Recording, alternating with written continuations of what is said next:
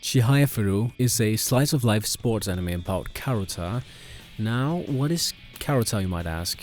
I had no idea either until I watched this anime. It turns out that Karuta is a card game based upon Japanese poetry. So, here we are yet again with another anime about high school students who are trying to reach their goals. The drama isn't that dramatic, the humor isn't that good when it makes a showing, and the characters really aren't particularly likable, in my honest opinion. And I'm not trying to sound negative now, I'm just trying to be honest with you. The story, as mentioned, is part of the same cookie-cutter cliché that so many others are from, and yet Cahaya Faru has a very unique charm. The fact that it is dealing with poetry is pretty unique in and of itself, and the episodes where they delved a bit into the meaning behind the words made me love the theme. Cahaya Faru is a fun series in a light-hearted way. Yes, it is aimed at a younger crowd, and it is quite silly for a large part. Not that there is anything right with that, but overall very enjoyable. It will not require a lot of concentration, but it will give you a very nice thing to view and manages to be memorable and not just good.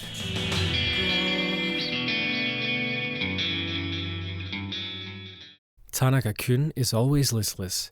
Basically tells the story of a very lazy high school student who does not like to do anything except sleeping. In animes like Tanakakun, I think it's expected to see very little character development throughout the entire story, so it is a must to make them likable and fun to watch from the get-go. After a couple of episodes with the cozy interactions between the two protagonists, Tanaka the lazy boy, who just wants to live calmly, and Ota, who always takes care of Tanaka, I was fairly impressed by how much I enjoyed watching them just doing their everyday life. After that, every episode presented a new character, and this anime never failed in making them fun to watch, memorable, and leaving me with the need to see more of them in the future. Jino Sachi is about a kid moving from the big city to an agricultural school. So what begs to be asked is, how good is Jino Sachi? And I can tell you it is pretty damn good. Solid writing that is aimed at all ages, well executed art, and a ton of charm led by a strong audio department. Doesn't try to be too subtle, a mistake common to the slice of life genre, but remains a nice combination of goofy and light-hearted fun. Is Jino Sachi enjoyable? Oh yes.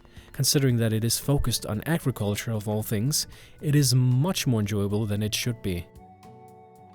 Moving on to Natsume Yuchunshu, an anime which I recommended on my fantasy list, joining us once again.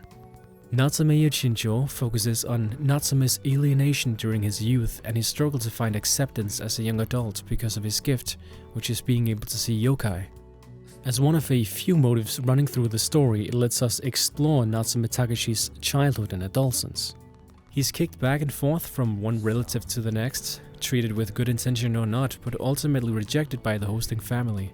Throughout most of the story, his ostracization haunts him more than any yokai could. He hides his powers from his family, from friends, and even from people that could sense and see yokai themselves, until his friends have to confront him and tell him that it is okay to have a power that sets him apart from others. On top of his feelings of isolation, Natsume finds himself torn between worlds. He's known of yokai his entire life, and once he acquires the Book of Friends, his relationship with yokai changes from fear to understanding. Natsume Yuchunshu has a story that is touching, heartwarming and heart-wrenching, and most importantly centering on something that everyone needs, a place to call home. If someone were to ask me to sum up Honey and Clover in 3 words, I would say an earnest, thoughtful journey. We are following the lives of several college students as they go through art school together. All the important people are there: the gentle, finding himself guy, the eccentric, artistic genius, the sweet, talented, naive one. That is the basic gist of the anime's characters, and yet the story manages to add so much depth, humor and reality into it at such a well pace that I was hooked from the beginning to end without really getting bored. The odd, random and absolutely wonderful humor balanced out the rather heavy drama stemming from the plethora of intertwining love triangles and trying to find a job and goal in life. The anime feels so authentic and well-paced that I can't help but feel for all the characters, except for maybe Shinobu, but he remains an enigma. Despite the realism, just when I thought I knew what would happen, the characters would surprise me with their unexpected but understandable decisions. They're just trying to get through college and adult life as well as they can while dealing with the pains of uncertainty of love. Deep characters and delicate storytelling. A very admirable work. Soggy Drop is a classic slice of life anime, one that is done extremely well. It's about a man having a child suddenly enter his life and they're learning to live together. The choices in it are very real. Children have a way of changing everything in your life, starting with the most basic of priorities and up to what you have for breakfast. This is hands down the greatest description of a parent-child relationship anime has ever seen. Demi-chan Bakatari Tai. This is a very new anime that I have recently watched a few episodes of, and it is it's about demi-human girls and a middle-aged biology teacher who is our main character, who incidentally is also very interested in the phenomenon of demi-humans. And in this anime there are 4 demis present: a vampire, aka Vampire-chan, a Dullahan, which I'm not really sure what legend that is from, but it looks pretty damn disturbing, a succubus, who is a teacher, and a Yukionas. Each of them serve as the main cast and focus of each episode, exploring their experiences and thoughts living as demis in a modern society. And so far, it seems that Vampire-chan is getting much more focus than any of the other girls in the show. I mean, it might just be me, but it seems this way to me, which I'm actually completely fine with, because I think Vampire-chan is by far the most interesting and authentic girl in this show. It's kind of funny, I've developed an emotional affinity for this girl after only 3 episodes in. I know that sounds weird to say about an anime character, but there is just some things that the characters do, the way they behave, that makes you really like them. And so is the case with Vampire-chan. And I'm actually 5 episodes in now. It's highly enjoyable, with a cozy atmosphere, charming characters, simple art and design. The anime does not sexualize the girls, but leaves some small hints of romance and mild comedic edgy scenes here and there. Nothing too extreme, just really cute. Uchiyo Kyodai is without a doubt different from any other anime out there right now. Before you begin watching this, you're going to want to know what you're getting yourself into. If you're expecting an epic space adventure, I'm afraid to say that you will be sadly disappointed, as it's a lot more down to earth than that. Space Brothers is, in a nutshell, a story about never giving up hope and always striving to achieve your dreams no matter what life throws at you.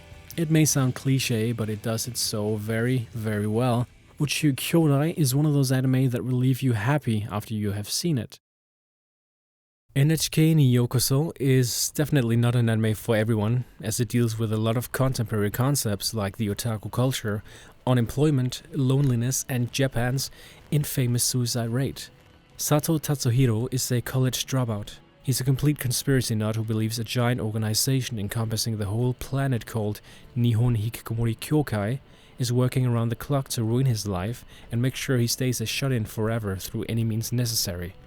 Everything changes one day when he meets a girl named Nagahara Misaki, who claims that she will save him from his hikikomori lifestyle if he agrees to sign a contract with her and become the subject of her project.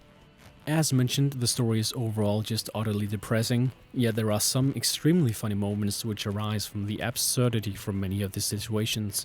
And this is why I previously included NHK on my top 10 funniest anime list. From the same author of Honey and Clover, Three Gods and a Lion is about a young prodigious shogi player named Kiriyama Rei. Shogi is the only thing Kiriyama is particularly good at in life, though he doesn't seem to really enjoy it that much. Shogi has in some sense become a curse for him over the course of his life, but also something which liberates him, as he has managed to go pro and move out as a young adult, and by having the means to earn a living for himself, he continues, perhaps pointlessly, without having the slightest idea of what he really wants to do with his life. Three Gatsu is about Rei's pain and confusion most of the time, and this ends up building our point of view about the rest of the story and the other characters. There are 3 notable groups of characters in this series, and the selling point, I might add, of this anime is its characters. First up is our protagonist, and second the 3 sisters, and third Kiriyama's sister. These 3 groups are in a surreal contrast, as how even though our protagonist, being a successful shogi player and comparatively much more well off, is always feeling melancholic. But on the other hand, the 3 sisters who have nothing and are poor live like they have nothing to worry about. And yet they all have one thing in common, and that is that they are all deeply sad inside and have gone through very rough times. This goes for his sister as well, although their relationship is a lot different and much more complex. Three Gatsu is a story about trusting others, discovering your own strengths and weaknesses, about letting it go and moving on. I am very happy and fortunate to have had the chance to see the show, and I'm certain that others will absolutely love it as well. It is an incredibly lifelike, relatable, and articulate slice of life anime that you do not want to miss out on if you're into the slice of life genre. A type of anime in which you just can't help but emphasize and feel and relate with the characters. It's pretty damn outstanding, and that is an understatement. Am I making myself clear?